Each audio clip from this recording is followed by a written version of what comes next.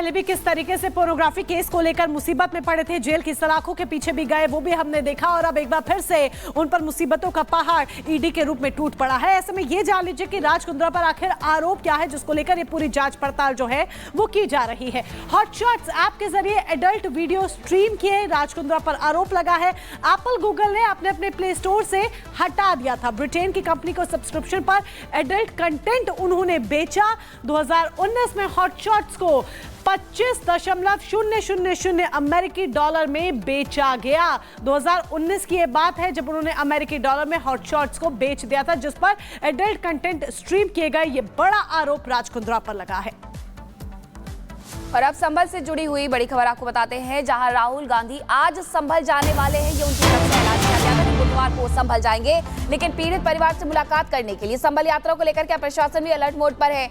मुरादाबाद आयुक्त ने चिट्ठी लिखी है 4 जिलों के पुलिस आयुक्त को और राहुल को रास्ते में रोकने का अनुरोध किया गया है। उन्होंने चिट्ठी में लेकर के कहा है कि अपने ही जिले की सीमा में रोकने का प्रयास राहुल गांधी को किया जाए। वीडियो जारी करके राहुल गांधी से उन्होंने अपील भी की थी कि अभी वो संभल ना आए। संभल में हालात सामान्य हो रहे हैं, शांति हो रही है। और संभल को लेकर के दिल्ली बॉर्डर पर, उत्तर प्रदेश बॉर्डर पर किस तरीके से बैरिकेडिंग की गई है वो तस्वीरें भी आप देख सकते हैं, क्योंकि ये 4 जिलों के आयुक्त को चिट्ठी लिखी गई है और उनसे अनुरोध किया गया है कि आप अपने ही जिले की सीमा में राहुल गांधी को रोकने का प्रयास करें। राहुल गांधी से अपील भी की गई थी कि वो 10 दिसंबर के पहले ना आए संभल।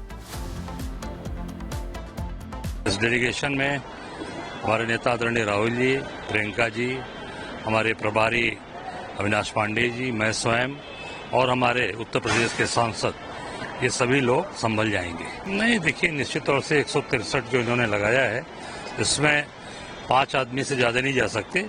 तो मैं समझता हूँ कि 5 आदमी को जाने की परमिशन जरूर प्रशासन को देना चाहिए, क्योंकि 163 में या 144 जो पहले धारा थी उसमें जिला प्रशासन के द्वारा माननीय नेता विपक्ष से अनुरोध किया गया है, लिखित में भी किया गया है कि अपनी यात्रा फिलहाल टाल दें वहां की।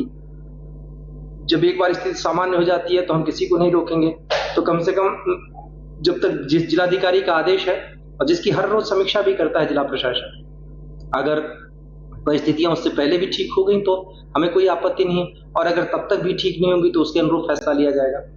तो अनुरोध किया गया है, अगर वो अनुरोध फेल होता है तो उसकी कंडीशन में फिर हम आगे का स्टेप जैसा है वो जिला प्रशासन डिसाइड करेगा, उसके अनुरूप हम आगे की कार्रवाई करेंगे।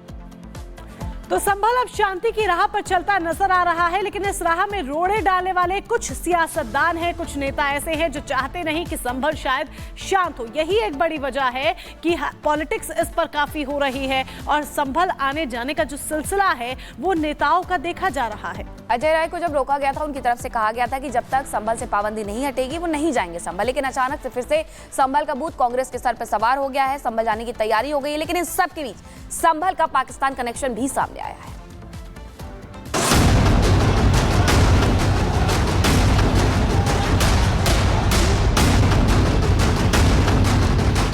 संभल में सर्वे के बाद सियासत तो खूब हो रही है, लेकिन सियासत के सारे तीर अब बेकार होते नजर आ रहे हैं, क्योंकि प्रशासन के एक निर्देश के बाद संभल में सियासत करने का मौका धरा का धरा रह गया।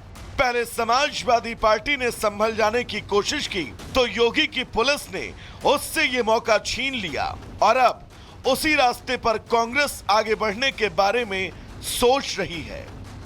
आज लोकसभा में नेता प्रतिपक्ष राहुल गांधी संभल जा सकते हैं। राहुल संभल हिंसा में जान गंवाने वालों के परिजनों से मुलाकात करेंगे। उत्तर प्रदेश सरकार क्या छुपाना चाहती है संभल में? अगर नेता प्रतिपक्ष होकर राहुल गांधी वहां जाना चाहते हैं, इसमें क्या दिक्कत है? तो यूपी पुलिस जो है वो जुर्म पर, अत्याचार पर और इस तरह की वैमनस्य पर पर्दा डालने की कोशिश कर रही है। मुझे लगता है राजनीतिक व्यक्ति को जाने दीजिए, वो वहां जाएंगे, शांति की अपील करेंगे, लोगों को ढांढस बंधाएंगे, स्थिति सामान्य करने की कोशिश करेंगे। इस डेलीगेशन में हमारे नेता आदरणीय राहुल जी, प्रियंका जी, हमारे प्रभारी अविनाश पांडे जी, मैं स्वयं और हमारे उत्तर प्रदेश के सांसद, ये सभी लोग संभल जाएंगे। लेकिन राहुल के संभल जाने के ऐलान के साथ ही प्रशासन एक बार फिर सतर्क हो गया। गाजियाबाद, गौतम बुद्ध नगर और अमरोहा तक प्रशासन अलर्ट पर है। अधिकारियों को चिट्ठियां पहुंच चुकी हैं।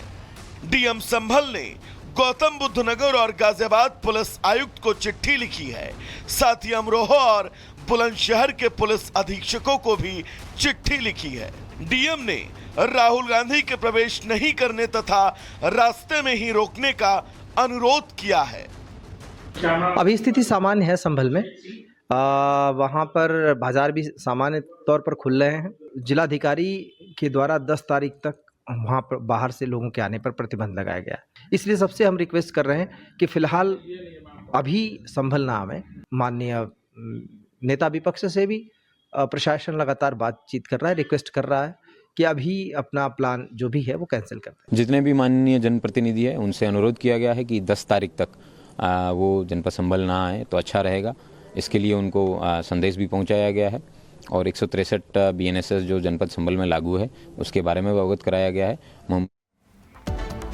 और ब्रेक के बाद एक बार फिर से आपका जागरूक था भारत में बहुत स्वागत है। सबसे पहले बात करेंगे दक्षिण कोरिया की। दक्षिण कोरिया से जुड़ी हुई बड़ी जानकारी आपको दे देते हैं, जहां पर मार्शल लॉ की वापसी हो गई है। मार्शल लॉ हटा लिया गया है। आपातकाल पहले लगाया गया था लेकिन इसे हटा लिया गया है और इससे लेकर के संसद में बाकायदा वोटिंग भी हुई है। और देखिए, जो संसद में वोटिंग हुई है उसमें पक्ष की बात करें तो 0 वोट पक्ष में पड़े हैं और विपक्ष की बात करें तो 190 वोट विपक्ष में पड़े हैं। अब सीमाओं से जो सेना है वो भी वापस पीछे हटनी शुरू हो चुकी है। अब मार्शल लॉ वापस ले लिया गया है। साउथ कोरिया से ये बड़ी जानकारी हम आपको बता रहे हैं। दक्षिण कोरिया में आपातकाल वापस वाली स्थिति आ चुकी है। राष्ट्रपति ने मार्शल लॉ हटाने का ऐलान किया है। संसद में वोटिंग के बाद ये ऐलान किया गया। मार्शल लॉ के पक्ष में जिस तरीके से हमने आपको बताया कि 0 वोट्स हुए और मार्शल लॉ हटाने के पक्ष में 190 वोट। ऐलान होते ही राजधानी से सेना भी हट गई है। मार्शल लॉ वापस लिया गया है। सेना और लोगों के बीच में जमकर हालांकि जो टकराव है वो कहीं कहीं देखा जा रहा है। तस्वीरें भी हम आपको दिखा रहे हैं। ये तस्वीरें आपके सामने। और अब बात करेंगे बांग्लादेश की धरती की। बांग्लादेश में जिस तरीके से हिंदुओं पर अत्याचार हो रहे हैं उसे लेकर के जगह जगह विरोध प्रदर्शन देखने को मिल रहे हैं। सिर्फ भारत में ही नहीं बल्कि अन्य देशों में भी विरोध प्रदर्शन लगातार जारी है, क्योंकि जिस तरीके से सितम यूनुस सरकार और कट्टरपंथी ढाते हुए बांग्लादेश में नजर आ रहे हैं, ऐसे में हर कोई अब आवाज बुलंद करते हुए हिंदुओं के लिए मांग कर रहा है कि बांग्लादेश में हिंदुओं की स्थिति बेहतर हो और इसमें हस्तक्षेप भी किया जाए। आवाजें बुलंद हो रही हैं। रिपोर्ट देखिए।